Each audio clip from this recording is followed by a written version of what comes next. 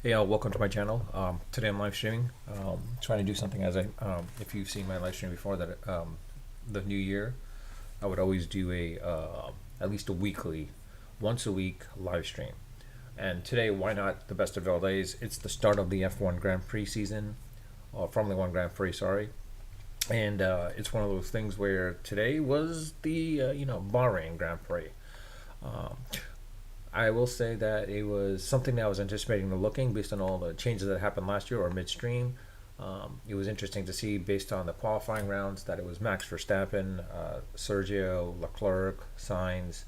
But then what surprised me more of everything else was the fact that Alonso um, was fifth in the qualifying, which was a surprise in and of itself. And then Hamilton and Russell, of course, vice versa, flip. Sorry, it was Russell and Hamilton. So the question is like, can Merck come back from this, from last year and reclaim their top spot, or will it be Red Bull again, yet another year, and it's Max Verstappen repeating as three-time world champion uh, for 3 consecutive years?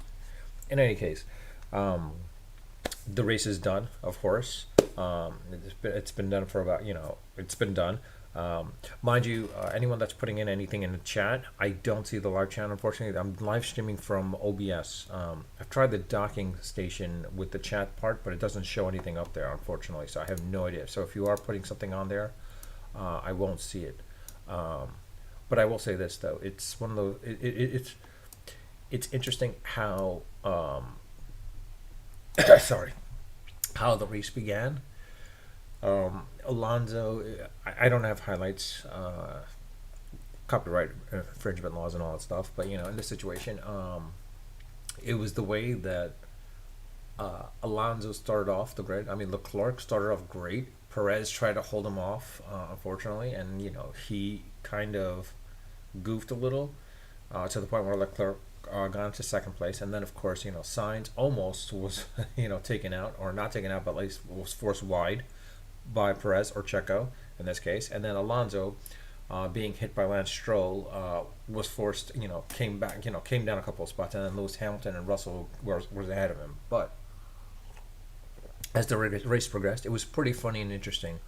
Um, Alonso, being the elder statesman in the grid now, and knowing how good he is, it's surprising how really good he was. Honestly, I mean, honestly, I was a little caught off guard the fact that how he did well in the qualifying first, and then as the race progressed, seeing his ability to race, it's pretty surprising. I mean, this would have been interesting to see if Hamilton and Alonso were on the same team again. Not a McLaren, but like, let's say Hamilton had gone to Aston Martin, or Alonso was somehow signed by Merck.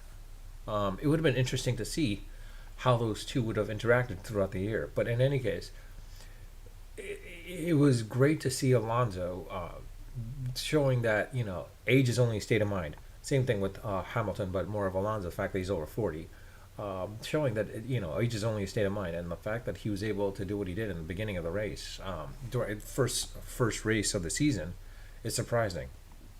Um, Ferrari, as of last year, last year basically Benatti has been replaced, so and a lot of members as well too, based on the fact of like all the strategy that was going on last year, which screwed them up a little bit, possibly out of a World Championship Constructors Cup. Um, so this is one of those things where they had to make a change, and so it was interesting to see how Ferrari was going to hold up this year. And unfortunately, at least the strategy was okay.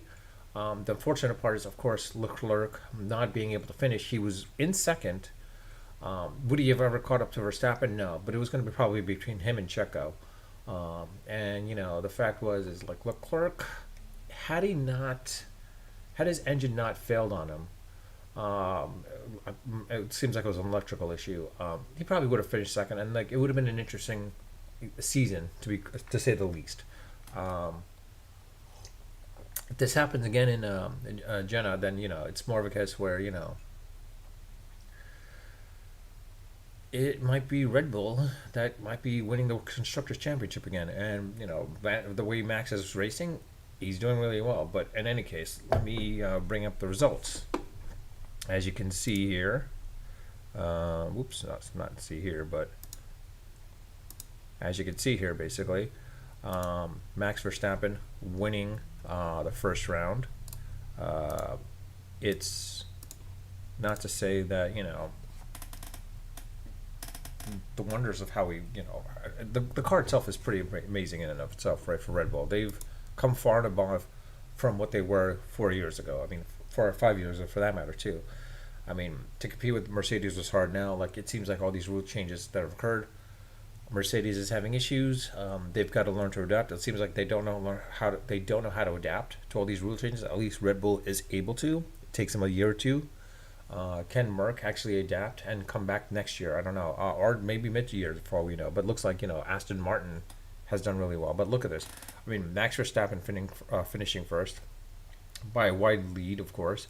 Then you had Sergio Perez, and then Fernando Alonso, who started at fifth, but then he was literally on, eighth or seventh. Sorry, he was seventh, and then he came up, and like it was pretty funny. Not to see, not funny until the point of like how he raced. It was impressive what he was doing in the race, but it was pretty funny to see him during the race. His comments was pretty funny, and the other fact was his also concern about Lance Stroll as well too. The fact that it seems like, I don't know, with age, Alonso has gained some wisdom because he was more concerned, not concerned about himself a little bit, but there was that selfishness part, but the fact that he was also concerned about Lance Stroll was also surprising, and which caught me off guard. This is not typical Alonso. This is not typical Alonso. Um, I mean, and honestly, look at Stroll finishing sixth. That's impressive, actually, in and of itself. The fact is, Stroll, having surgery and such, and then coming back and actually finishing sixth is impressive, and especially against in front of George Russell. Quite honestly, I mean, it makes you wonder, like, if Gasly, Bottas, or even Albon, for that matter, were in Stroll's car, would they finish higher? It's possible. I don't know. Hamilton, I think he doesn't have the right car in this situation. If he was in the Red Bull, chances are it probably would be between him and Max Verstappen at this point as well, too, honestly. Because, like, Hamilton did really well enough with the car that he has.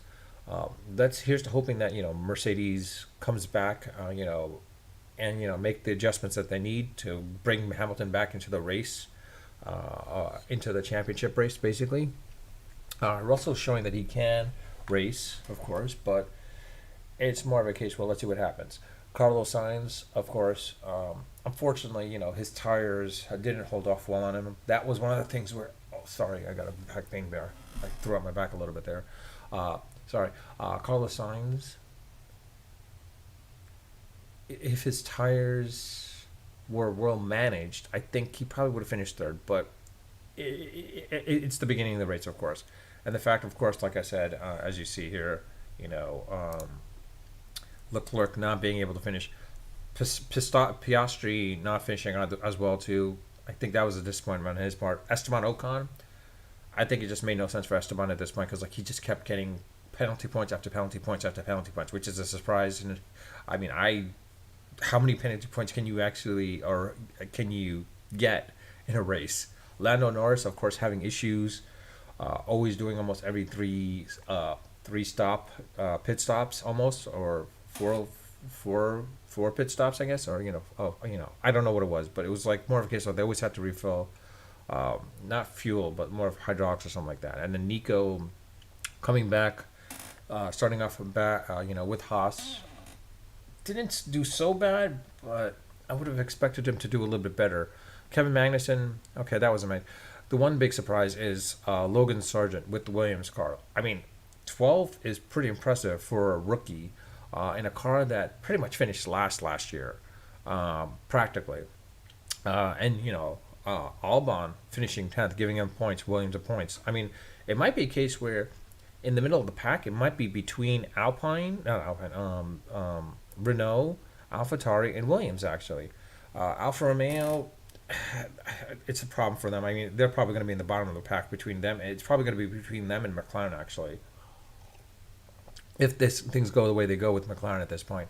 But Alpine, Pierre Gasly did really well, in his first time with Alpine, showing, like, He is an impressive driver. I think, given time, he might get up there in the top three. Ocon, I mean, honestly, this is the year to determine if he should stay with Alpine or not. Because if he doesn't finish in the top 4 or 5 in any of the races, this might not be Ocon's year or race, or basically his season. I mean, Ocon might have to be dropped at this point. To be quite honest, De Vries, it's his first time, so we'll give him the benefit of the doubt. Um, Valtteri Bottas showing that he still's got some skills, especially in an Alfa Romeo. And then again, Lance Stroll was impressive. Sainz, it did well. Zhao, it's an Alfa Romeo. I mean, it was gonna happen. The fact that he got the fastest lap is impressive, though it doesn't really count to him because he finished out of the top 10. Lando Norris again had issues. Let's see what happens in the next race. But the one thing I would like to say is the next race to look for. I think we got to look at Sargent basically. I have a feeling Sargent might gain some points this year. Honestly, um, Sargent should be able to get some points this year. I won't be surprised if he. I'd be surprised if he doesn't finish any points this season. Honestly, and the only way that happens is if the car itself basically breaks down in the middle of all these races and such. Stroll, let's see what happens with Stroll. I mean, we've seen him do decently in the past as well too. Let's see how well he does in the next 4 races. If he finishes in the top 7, top 10, okay, then Stroll should deserve to be there. But honestly, I think if I'm Daddy Stroll or Papa Stroll, sorry, Papa Stroll, Alonso showed that this car's quick. If Stroll can't keep it up there, at least in the top 6. Well, if Alonso finishes in the top 7, basically, in the next few races, that shows that Papa Stroll has to reconsider Lance, his son, and maybe bring in someone much more a veteran, or someone that has some serious talent. But it goes to show, though, in this situation is with the Vettel, was he that great? I mean, after the engine rule changes, Vettel didn't do really well, and he was supplied with really good cars at that time, with the Ferrari and with you know with the Aston Martin.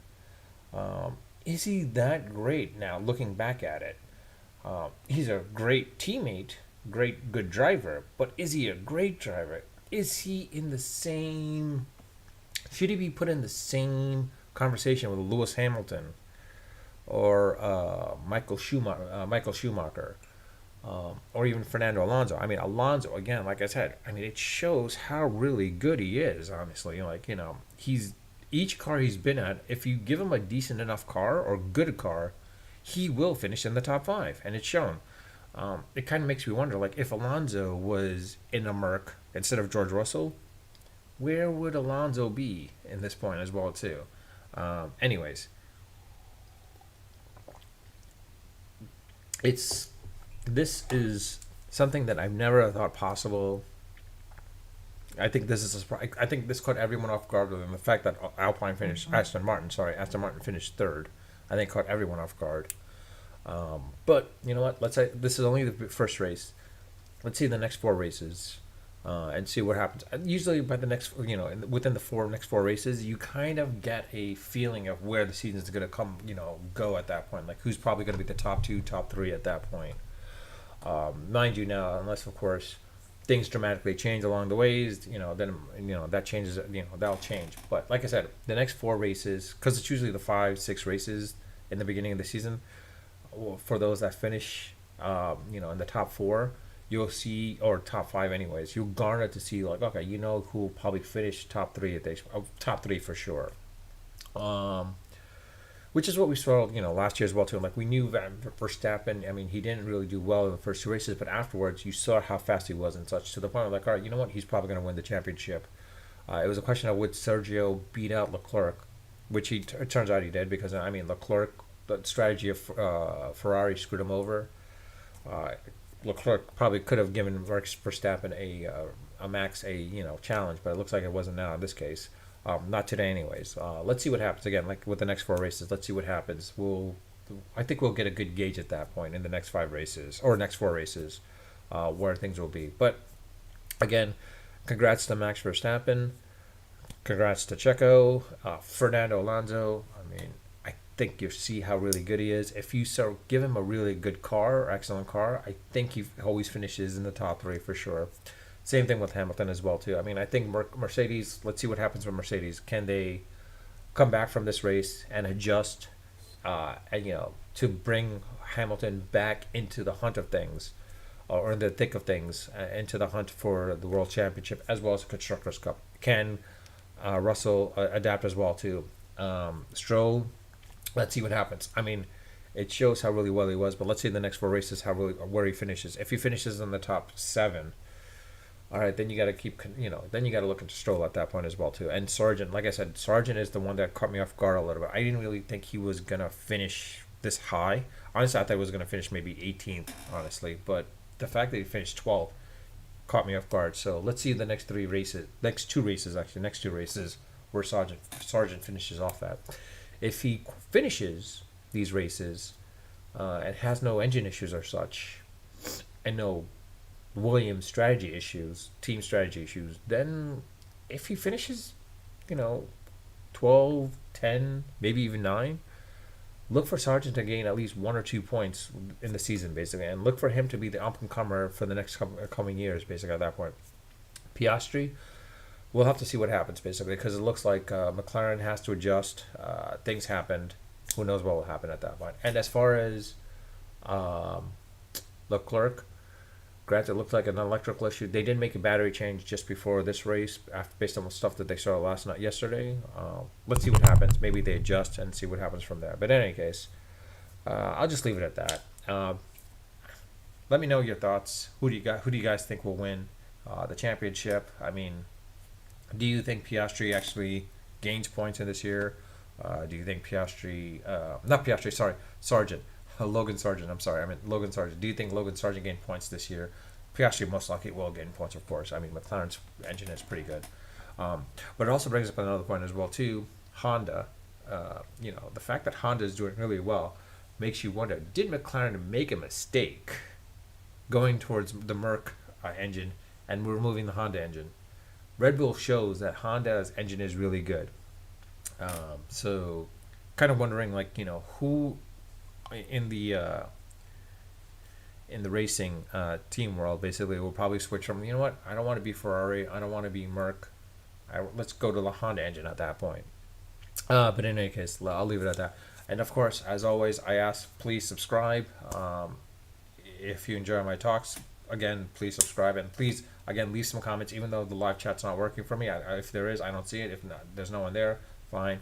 But please do leave comments. I do read my comments and I do respond to them and such. And with it, I'll leave it at that. And also, with more subscriptions, as you subscribe, I will, as my subscriber base grows, I probably will make it a little bit more intricate with the backgrounds and such as Mars, and adding video feeds as well too. And you know what? I will do some live streams if I'm either going to be at the Las Vegas, Miami, or Austin race, or all 3 from them, and I'll make sure to live stream from all 3 of them at that point as well too, if I'm there. But unfortunately, I can't live stream right now through my device because I need 1,000 subscribers. So that's different. That's something different, unfortunately. But with that, I'll leave it at that. Unfiltered, unedited, and unrehearsed. Until next time.